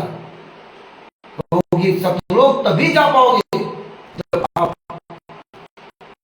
स्वाद छोड़ोगे, इस सांसारिक से वो ममता दूर होगी, योगी बनोगे, तभी आप सब लोग जा सकते, वरना नहीं सब लोग जा सकते। सोचिए आप कितने बड़े योगी हो। आगे क्या कहा? हाँ, जब इतनी आधीनी भाव होता तो आप समझ लीजिए, जिस तरह पति जो 7 फेरे लेती है, तो उसको ये बता दिया, उसको ये बताया गया कि तेरा कल्याण इस पति से ही होना है। तो देखिए हमारे यहाँ हिंदू धर्म में स्त्रियों का क्या हाल है, कितना कठिन व्रत रखती है अपने पति की लंबी आयु के लिए। तीजा का व्रत रखती है, करवा चौथ का व्रत रखती है, जो करना नहीं चाहिए उनको। और उसमें तो बताते तीजा में तो निर्जला रहती है, पानी नहीं पीती है। किसके? अपने पति के लिए, अपने पति को अपने पति के इतना त्याग करती है कि हमारे इस पति से ही मेरा है। और हर स्त्री यही चाहती है कि पति के सामने मेरी मौत हो जाए, पहले पति की मौत न, सबसे पहले मेरी मौत हो। ये हर स्त्री यही चाहती है। और आप अपने पति परमेश्वर सतगुरु संत रामपाल जी महाराज को गुरु तो बना दिया, लेकिन इसीलिए संत रामपाल जी महाराज ने कहा था, नारी कहावे पीर की पीऊ की रहे और समझोए, और जार विदा मन में बसे खसम खुशी कहाँ हो। उसको कहाँ खुशी हो सकती है? यही हालात है कि आपको सतलोक की खुशी ना मिली है, और ऐसे आचरण रहेंगे तो आपको कभी सतलोक की खुशी मिल नहीं सकती। क्योंकि सतलोक प्राप्त करने की एक पहचान है कि आपको नरसिंह जी की तरह बनना पड़ेगा, आपको अब्राहिम सुल्तान अधम जी की तरह बनना पड़ेगा, आपको स्वयं कबीर साहब जी की तरह बनना पड़ेगा, आपको वर्तमान समय में संत रामपाल जी महाराज की तरह बनना पड़ेगा कि उन्होंने घर परिवार भी त्यागा, नौकरी भी त्यागी, रुपया पैसा सब त्याग दिया, 1 रुपया किसी से ना भीख मांगी और ना कोई मतलब रखा। और आप लोग रात दिन मरे जा रहे हो कि बिना रुपया पैसे क्या होगा। परमात्मा ने क्या कहा कि मैंने नौकरी त्यागी, मैंने ये सब त्याग दिया, तो बच्चों को क्या, पत्नी बच्चे मौज कर रहे, ऐश कर रहे हैं, वो अलग बात है, उनकी विधि क्या थी, लेकिन वो बच्चे तो परमात्मा के थे, वो परमात्मा बना जाने जैसा कर्म करेंगे। लेकिन कालब्रह्म के चक्कर फंस गए या कहां फंस गए, उनके में कोई कमी नहीं परमात्मा की, तो हम क्यों इतना परेशान हो। तो संत रामपाल जी महाराज को अगर आप असली पति मानते तो ये तमाम तुम्हारे लघुआ भोगा पति कभी नहीं बनते। इसीलिए परमात्मा ने बहुत गहराई से मुझे समझाया। आगे क्या लिखा, गुरु से शिष्य तब दीक्षा मांगे। ऊपर तो परमात्मा ने नित्यनेम में जो शिष्य की आधीनता आप रोज पढ़ते हो, ये यथार्थ भक्ति बोध का अनुवाद पुस्तक है, और आप जो पढ़ते हो इसमें कहा, गुरु से शिष्य जब दीक्षा मांगे, मन कर्म वचन धरे धन आगे, ऐसी प्रीत देख गुरु के दवाई, और बुद्ध मंत्र कहे बुद्ध भाई। इस पगड़ी में जैसे शिष्य को नसीहत शिक्षा दी है, जैसा इसमें लिखा यथार्थ भक्ति बोध का अनुवाद पुस्तक में, दास उन्हीं शब्दों को बता रहा है, अपनी तरफ से कोई मीन में मिलावट नहीं कर रहा है। इस पानी में शिष्य को नसीहत दी है कि जिस समय शिष्य गुरु जी के नाम दीक्षा लेते समय, कि जिस समय शिष्य गुरु जी से नाम दीक्षा लेवे, जिस समय शिष्य अपने गुरु से नाम दीक्षा ले, उस समय मन कर्म वचन से समर्पित होकर गुप्त दक्षिणा में धनराशि गुरु के सन्मुख अवश्य रखे। कुछ दक्षिणा में धनराशि गुरु के सन्मुख अवश्य रखे। ये विधि बताई है कि जब भी आप अपने गुरु से नाम दीक्षा लो, तो पहले बात तो आपके अंदर ये अधीनी भाव होना चाहिए, और फिर नाम दीक्षा लेते समय गुरु के सन्मुख आपको गुरु दीक्षा जब लेते हो तो आपको उसकी प्रतिदिन में दक्षिणा कुछ जरूर देना चाहिए। आप टीवी के सामने नाम दीक्षा, और आप टीवी के सामने नाम दीक्षा ली हो या डायरेक्ट गुरु के सामने नाम दीक्षा लिया हो, अगर आप इस विधि के अनुसार न नाम दीक्षा लिया और ना गुरु बनाया, तो चाहे आप डायरेक्ट नाम दीक्षा लिए हो तब भी आपका वो सफल नहीं होगा। क्योंकि अब आप कहोगे वो परमात्मा जानते सारनाम शाश्वत प्रथम मंत्र वो दे दिया, तो सारनाम तो कमाल को भी दे दिया था, कमाल को भी दे दिया था। परमात्मा ने कहा कि जब नहीं मानता कला ले जा, नहीं मानता जा, कहाँ तो वो नहीं, हाँ बताया, हाँ, तो ये अपनी मनमुखी बात न बनाओ। जब इसमें स्वयं संतरामपाल जी महाराज में पढ़वाते हैं, स्वयं कबीर साहब ने लिखा, तो आप अपनी मनमुखी बात क्यों बनाते हो? फिर आप तिमिर पवन तक मैनेजमेंट आदियात के चक्कर में उनकी अपनी व्यक्तिगत बनाई बातों पे आप क्यों प्यार देते हो? फिर क्या लिखा? दक्षिणा अच्छे दिल से देवे, अर्थात कुछ दान अवश्य करे। इस अमृत वाणी में परमेश्वर कबीर जी ने गुरु पद पर विराजमान अपने कृपा पात्र संत को नसीहत शिक्षा दी है कि जिस समय दीक्षार्थी में उपरोक्त श्रद्धा दिखाई दे, उपरोक्त श्रद्धा दिखाई दे, नरसिंह जी की तरह, इब्राहिम सुल्तान आदम जी की तरह, मीरा जी की तरह, धरी धर्मदास जी की तरह, सदना जी की तरह, आदि आदि उनकी तरह जब उनके अंदर श्रद्धा दिखाई दे, तब उसको गुप्त मंत्र अर्थात सतनाम, तब उसको सतनाम दे जो 2 अक्षर का है। ऐसे नहीं आओ ले सतनाम चले गए।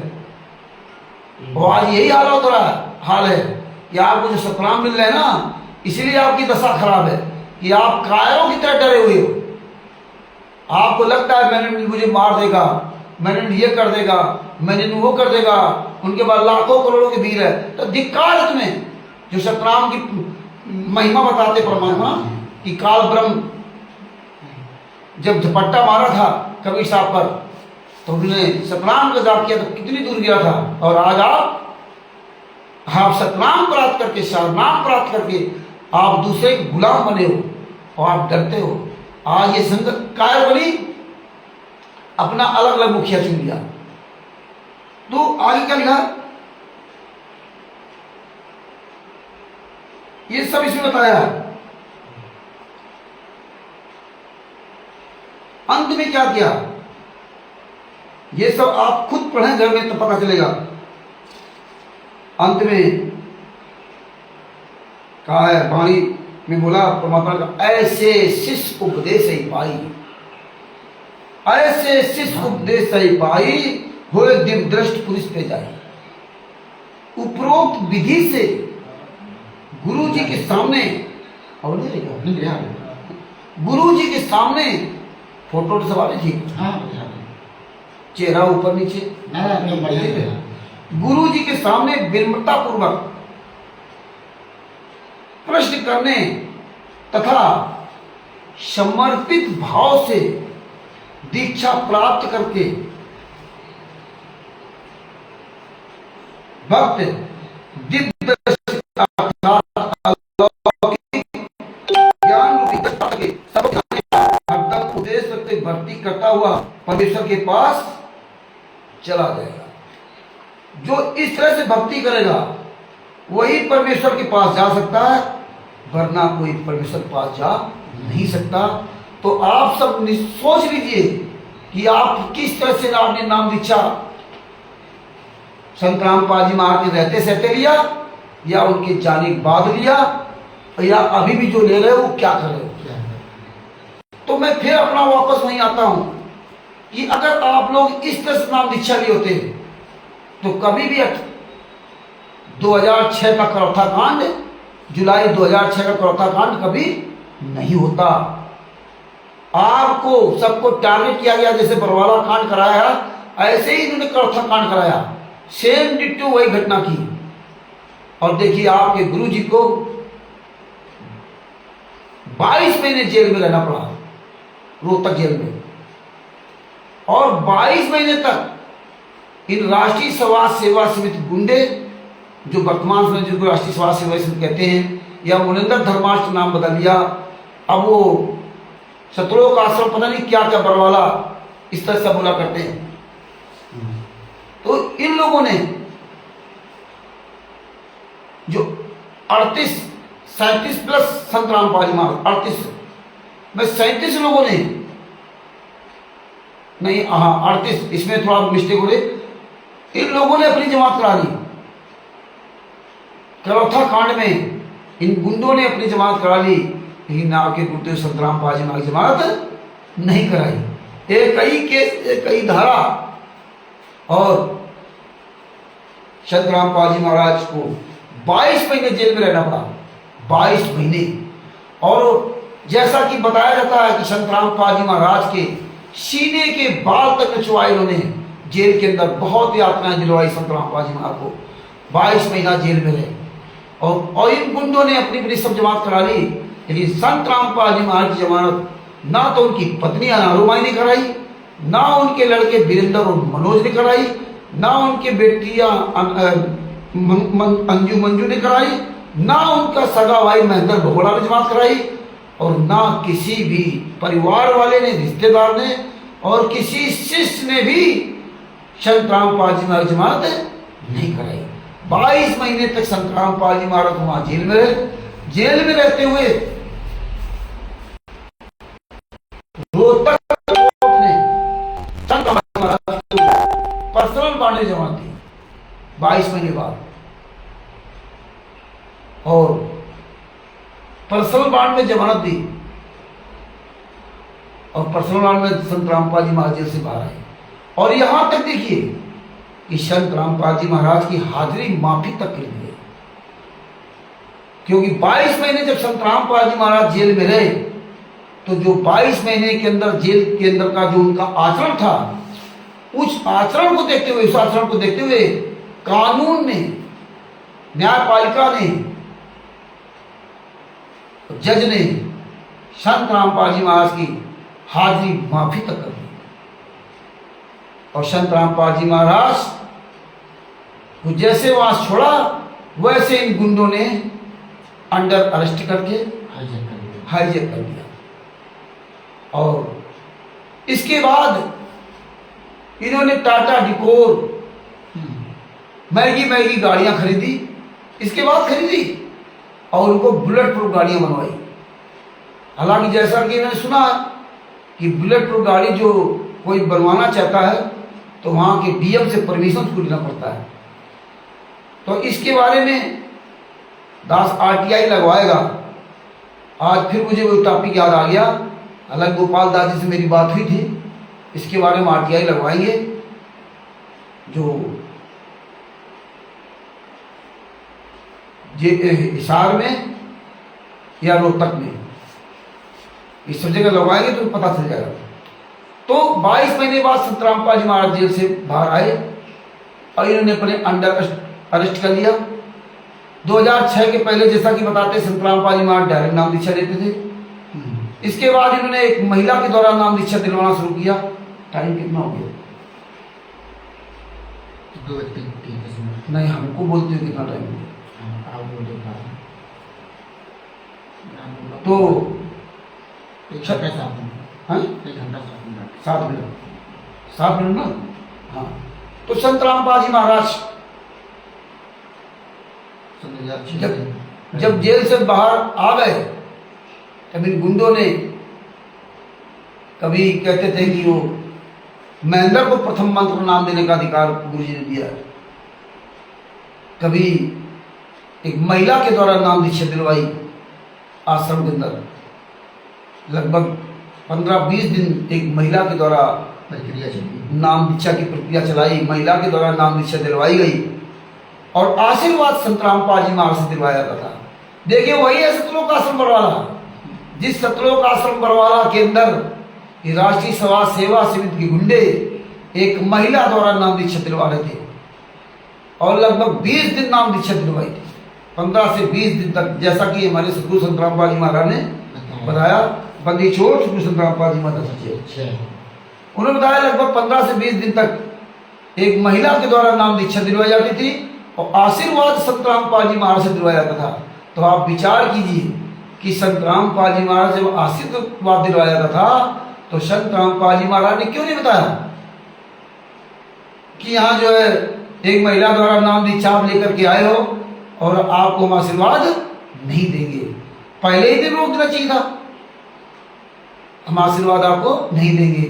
लेकिन परमात्मा ने कहा कि मुझे, जैसा कि 15-20 दिन बाद मुझे पता चला, एक जीव की तरह कहा कि मुझे पता चला कि महिला के द्वारा नाम दीक्षा दिलवाई जा रही और उनसे ये कहा था कि आशीर्वाद लेने जा रहे हो तो संत रामपाल जी महाराज को ये मत बताना कि एक महिला के द्वारा मुझे नाम दीक्षा दिलवाई गई है, अगर आप ये बताओगे तो गुरुजी नाराज हो जाएंगे।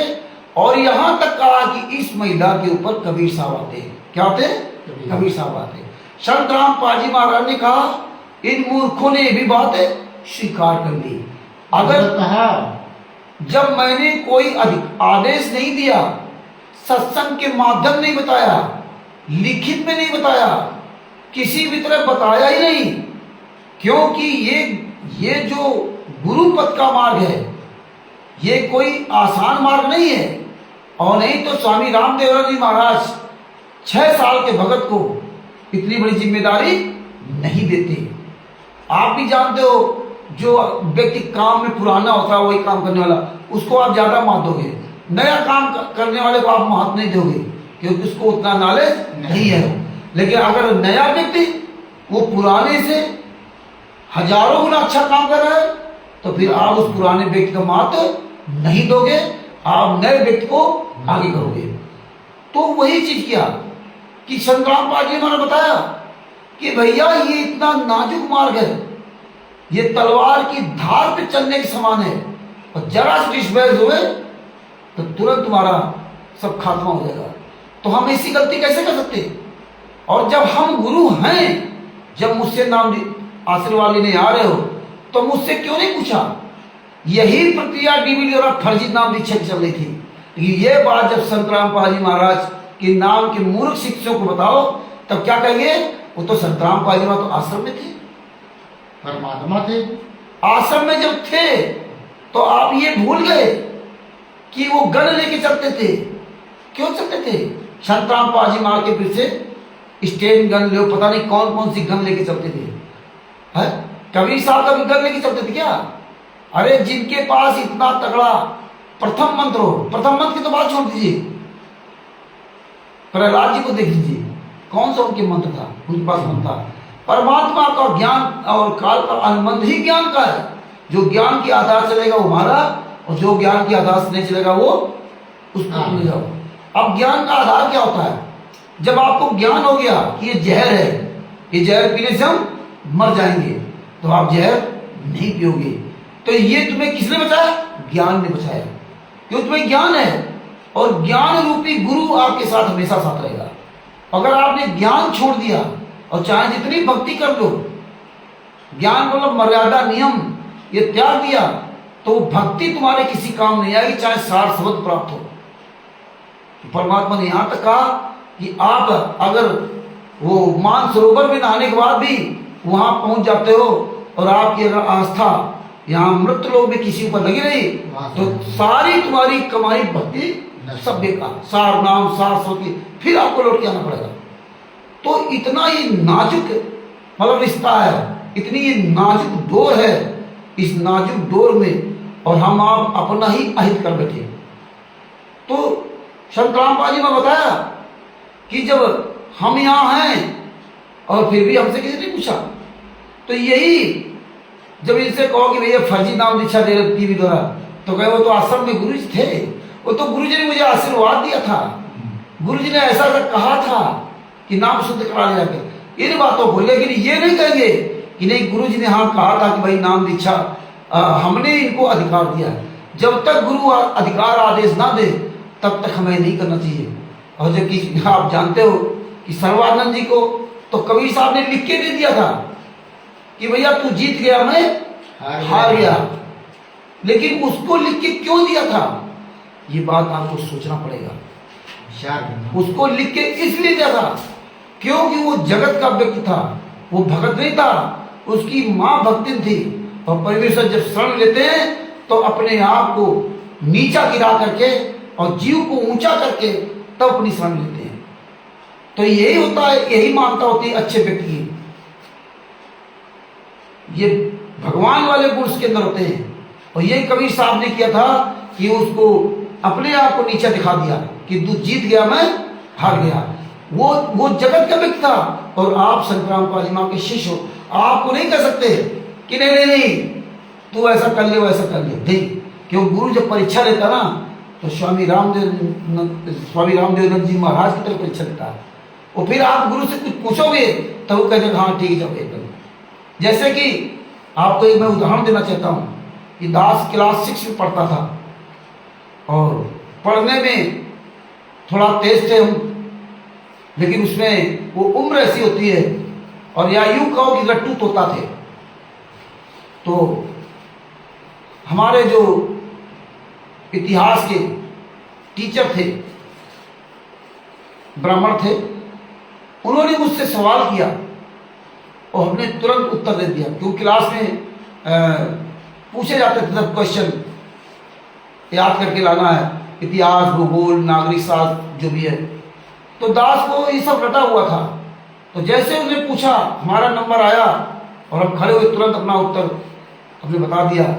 और जैसे हमने उत्तर बताया, हमने उत्तर सही बताया था, और हमारे जो टीचर थे गुरु जी, उन्होंने मुझसे कहा कि रामचंद्र जी तुम्हारा एक गलत जवाब। जैसे उन्होंने कहा तुम्हारा एक गलत जवाब, हमने तुरंत पलट के दूसरा उत्तर बता दिया। और जैसे ही दूसरा उत्तर बताया, वैसे हमारे जो टीचर थे उस क्लास में, उस समय क्लास 6 में था दास, तो 1987 में हाई स्कूल की एग्जाम दिया था। तो समझ लीजिए क्लास 6 में हम कौन सा सन होगा, 6 से 87 जोड़ लीजिए, 4 साल का अंतर, तो लगभग 85 नहीं 85 का है। हाँ,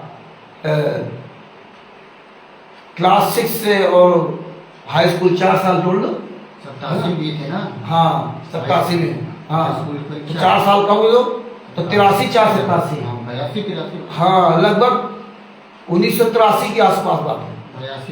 हाँ 82 मान जो भी है। तो उस समय एग्जाम दिया था, और उस समय इतनी हमारे लोगों की बुद्धि प्रखर नहीं थी, गांव के हम लोग थे।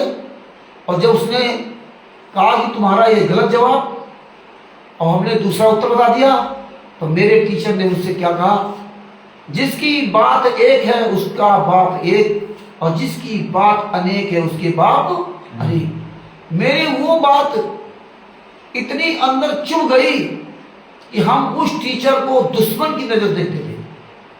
क्यों? मुझे लगता था कि मुझे उस क्लास में सबके सामने, जिस क्लास में लगभग 30-40 बच्चे बैठे होंगे, उन सब के सामने मुझे दोगला साबित कर दिया। क्या कर दिया? दोगला साबित कर दिया।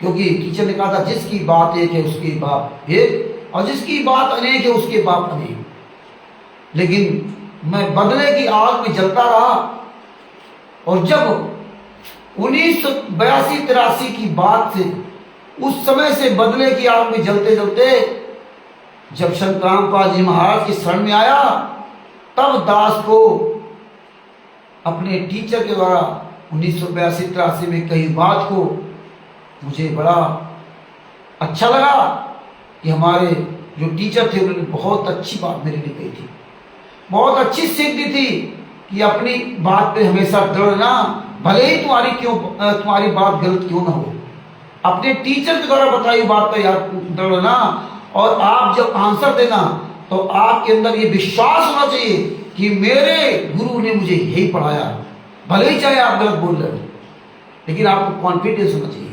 क्यों होना चाहिए? क्योंकि आप अगर आपको ये विश्वास कि मैं ये सवाल, ये क्वेश्चन यहाँ लिख रहा हूं और ये मेरे गुरु जी ने पढ़ाया, और आपने लिख दिया और वो जवाब गलत था, जब टीचर आपका जांच करेगा, गुरु जांच करेगा, तो जवाब गलत हुआ तो आप उसमें बेशक फेल हो जाओगे, क्योंकि आपने गलत लिखा। लेकिन आपको विश्वास था कि अपने यही टीचर ने पढ़ाया, लेकिन आपने पड़ोसी की नकल नहीं की। दूसरा आपका बगल का पड़ोसी बच्चा बता रहा कि नहीं भैया 2 मल्टीप्लाई 2 इक्वल 4 होता, आप लिख दो। आपने कहा नहीं हम तो 2 मल्टीप्लाई 2 इक्वल 5 लिखेंगे, मेरे गुरु ने बताया। बगल वाला दूसरा स्टूडेंट कह रहा नहीं तुम्हारा गलत जवाब है।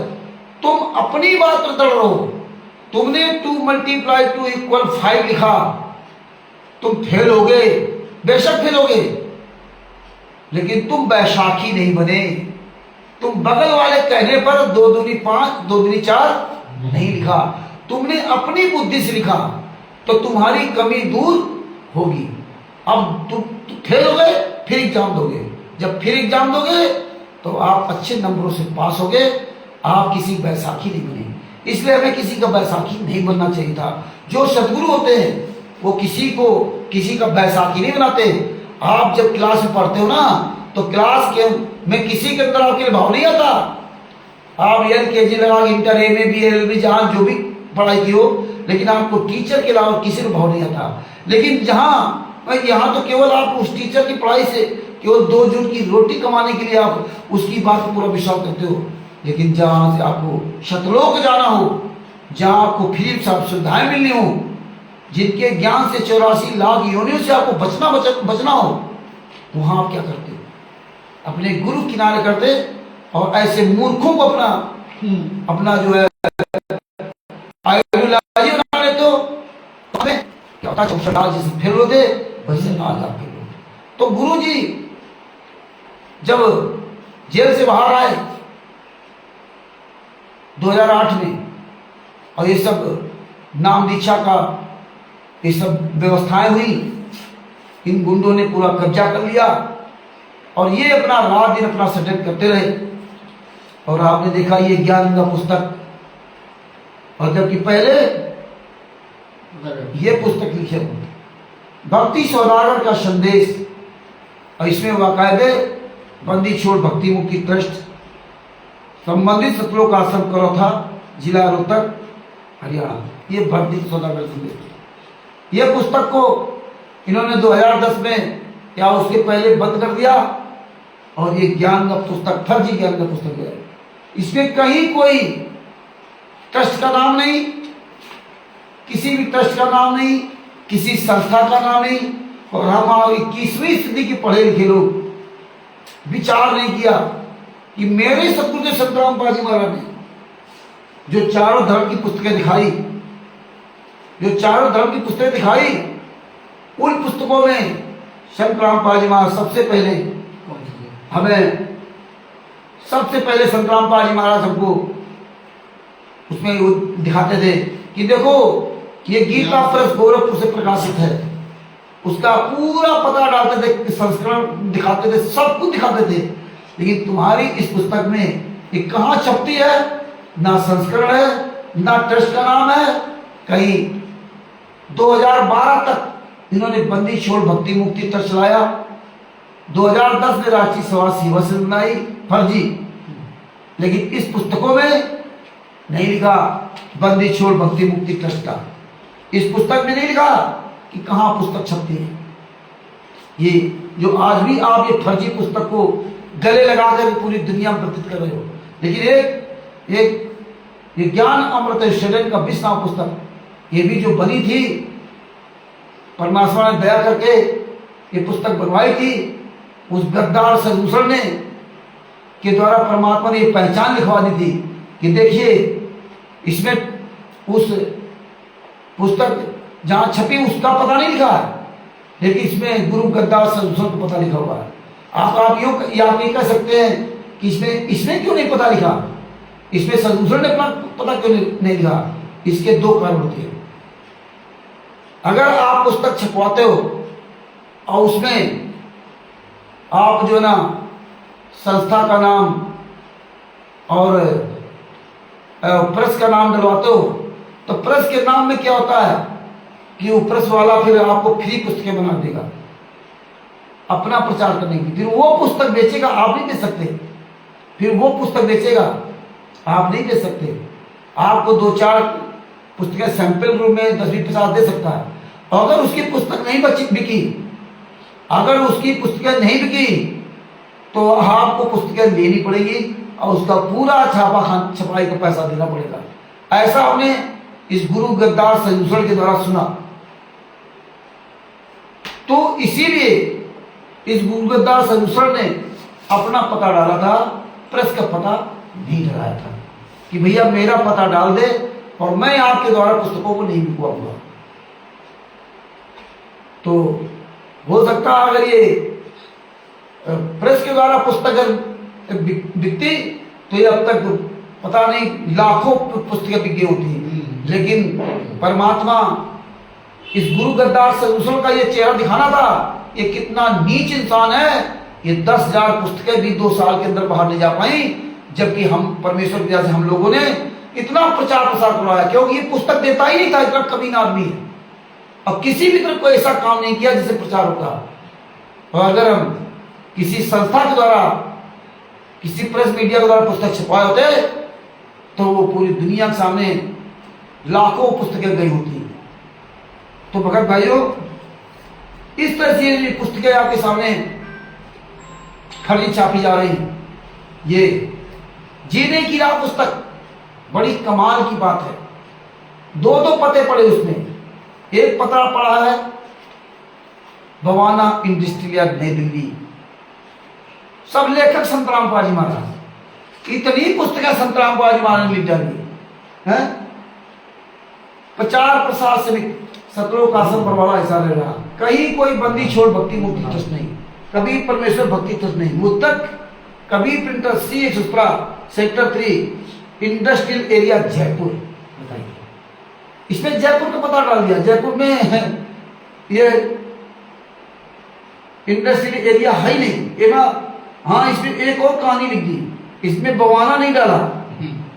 बवाना इंडस्ट्रियल इसमें नहीं लिखा, इन्होंने C117 sector 3 industrial area Jaipur लिखा। यह कलाकारी लिखी। दूसरी जो पुस्तक है वो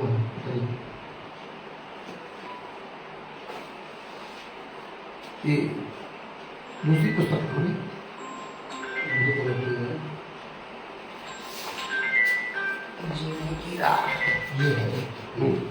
ये दूसरी पुस्तक जीने की राह।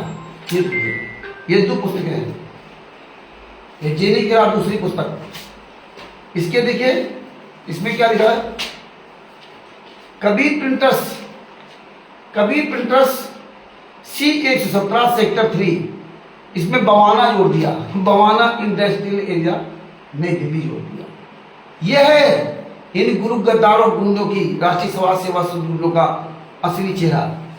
ये वही लोग हैं जो ये न्यायालय की गिरती गरिमा पता नहीं क्या क्या पुस्तकें में बना दी।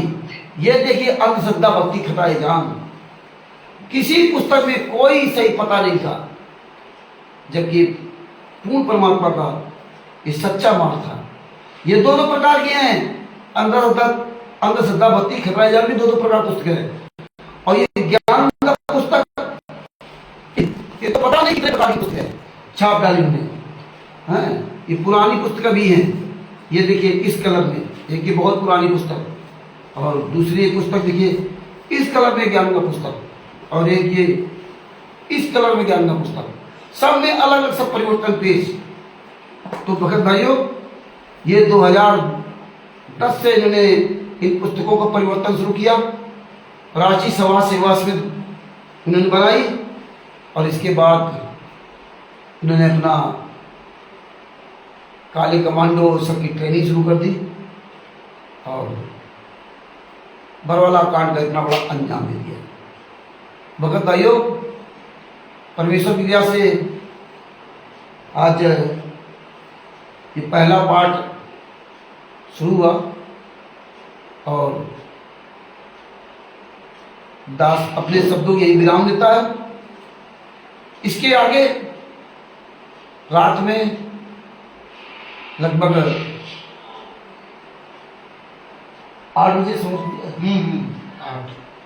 8 से और 8:30 के बीच से फिर परमेश्वर दया करेंगे तो 1-1.5 घंटे का प्रसारण किया जाएगा, और आगे की आपको बरवाला कांड के बारे में पूरी दास्तान आपको बताई जाएगी। और फिर कल जो है इसी तरह से फिर कल प्रोग्राम रखेंगे, और जब भी लाइव आएंगे तो उसके लगभग 1.5-2 घंटा पहले, 1 घंटा पहले स्टिकर बना करके फेसबुक व्हाट्सएप यूट्यूब ट्विटर पे वायरल कर दिया जाएगा। तो भगत भाइयों, इसीलिए ये 16-17 अक्टूबर 2018 जो हमारे सदगुरु संत रामपाल जी महाराज को जो इन गुंडों ने सजा कराई थी, तो हमेशा हमें आप सबको याद रखना चाहिए। और हम तो ये कहेंगे आप सबको जितने भी संत रामपाल जी महाराज के शिष्य हैं पूरे भारत में, पूरे विश्व में, ये 16-17 अक्टूबर 2018 का ये दिन, ये काला दिवस दिन हमेशा याद रखना चाहिए। और इस दिन हमें आप जरूर बैठ करके चर्चा करनी चाहिए, लाइव चलाना चाहिए, पूरी दुनिया को बताना चाहिए, जिससे पूरी दुनिया जाने। और जो हमारे जो नए भाई बहन ये राष्ट्रीय समाज सेवा समिति गुंडों के चुंगल फंस रहे हैं, सतलोक आश्रमों में जा रहे हैं, सतलोक आश्रम धनाना से लेकर सब जगह जा रहे हैं,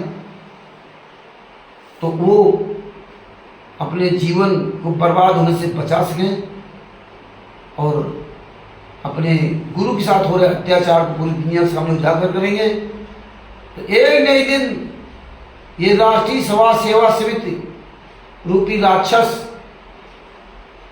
ये मुनिंदर धर्माकृष्ण रूपी रावण और ये शत्रुलोक आश्रम धनाना रूपी एक हिरण्यकश्यप और इन हरामखोरों का एक दिन जरूर सर्वनाश होगा, ये निश्चित है। जिस दिन इनके पिछले कुल समाप्त हो जाएंगे उस दिन फिर इनको जो है कोई बचाने वाला, इस असल ब्रह्मांडों को कोई बचाने वाला नहीं होगा। तो कानपुर से रामचंद्र या तो मोबाइल नंबर 9140622668, उत्तर प्रदेश के जिला फरुखाबाद में अरविंद जी के यहाँ से लाइव प्रसारण किया जा रहा है।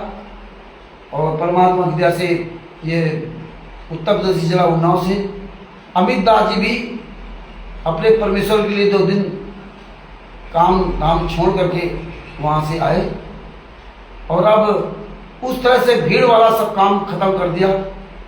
अब इसी तरह से लाइव अपना वीडियो डालो या फेसबुक व्हाट्सएप पर, और फिर आपसे 8 साढ़े 8 बजे फिर आपके सामने रूबरू होंगे। तब तक के लिए दास अपने शब्दों के विराम देता है। हम सभी भाई बहन जितने भी लाइव देख रहे प्रोग्राम, जितने भाई बहन जुड़े हुए, सभी भाई बहनों को मुझ रामचंद्र दास की ओर से शशाए। और हम सभी भाई बहन मिलकर के अपने सतगुरु संत रामपाल जी महाराज की जय बोलते हैं। बंदी छोड़ संत रामपाल जी महाराज की जय हो। शशाए। ये वीडियो अधिक से अधिक शेयर करें। आज का जो दिन है बहुत दुखमय दिन है। हम आप अपने गुरुदेव के असली चेहरा को देखने की तरफ गए। हालांकि एक अभी हमारे पास वीडियो आया है, बहुत हमारे गुरु जी एकदम दुबले पतले हैं, 6 सेकंड का वीडियो है। पहले भी इनकी तस्वीर आई थी, उससे ज्यादा बदतर तस्वीर इस समय संत रामपाल जी महाराज की है। और वो वीडियो आप सबके सामने भेजूंगा। तब तक के लिए अपने सबको विराम देता हूँ। पुनः आप सभी लोगों से मिल करके सब लोग एक साथ अपने सतगुरु संत रामपाल जी महाराज जय बोलते हैं। बंदी छोड़ संत रामपाल जी महाराज की जय हो। जय शाही जय हो। बंदी छोड़ ये ज्ञान अमृत एवं षड्यंत्र का 20 नाम पुस्तक है। इसमें संत रामपाल जी महाराज सभी की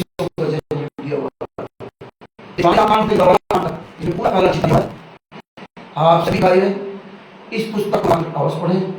बिहार के गुरु गद्दार संसलों की, इसका मोबाइल नंबर है 9931592093। उससे पुस्तक बाई पोस्ट मंगवाएं, डाकघर मंगवाएं। इस पुस्तक का उसको मूल्य नहीं देना है, केवल आपको डाक खर्च देना है।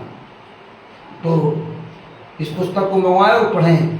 अगर वो नहीं देता है तो आप जो हमारे जो भाई बहन संत रामपाल जी जो शिष्य हैं, जो ये पुस्तक को दिखा रहे हैं, जो लाइव वीडियो बोल रहे हैं, आप उनसे पुस्तक प्राप्त कर सकते हैं या आप PDF प्राप्त कर सकते हैं।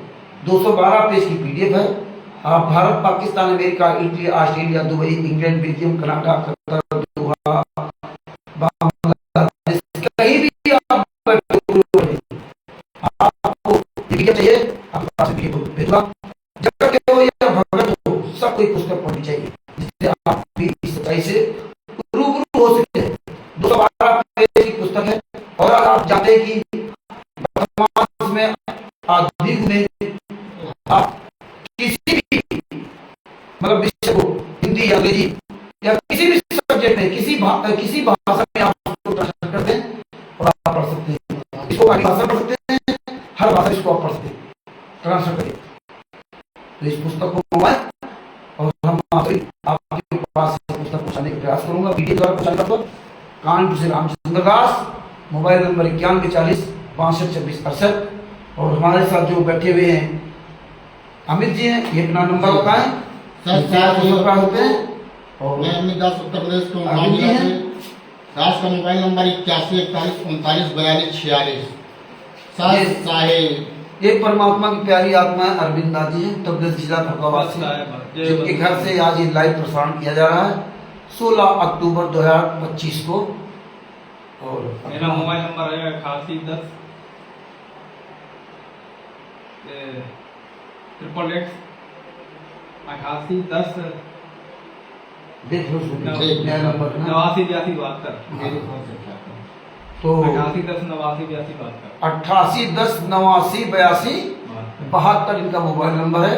मोबाइल नंबर के 3-4 है, इसलिए वो थोड़ा तो इसलिए भगत भाइयों आपने शब्दों विराम देता हूँ। शशाय बंदी छोड़ कुशलराम बाजी महाराज की जय हो। शहर शाही बंद कर दो, बंद मोबाइल।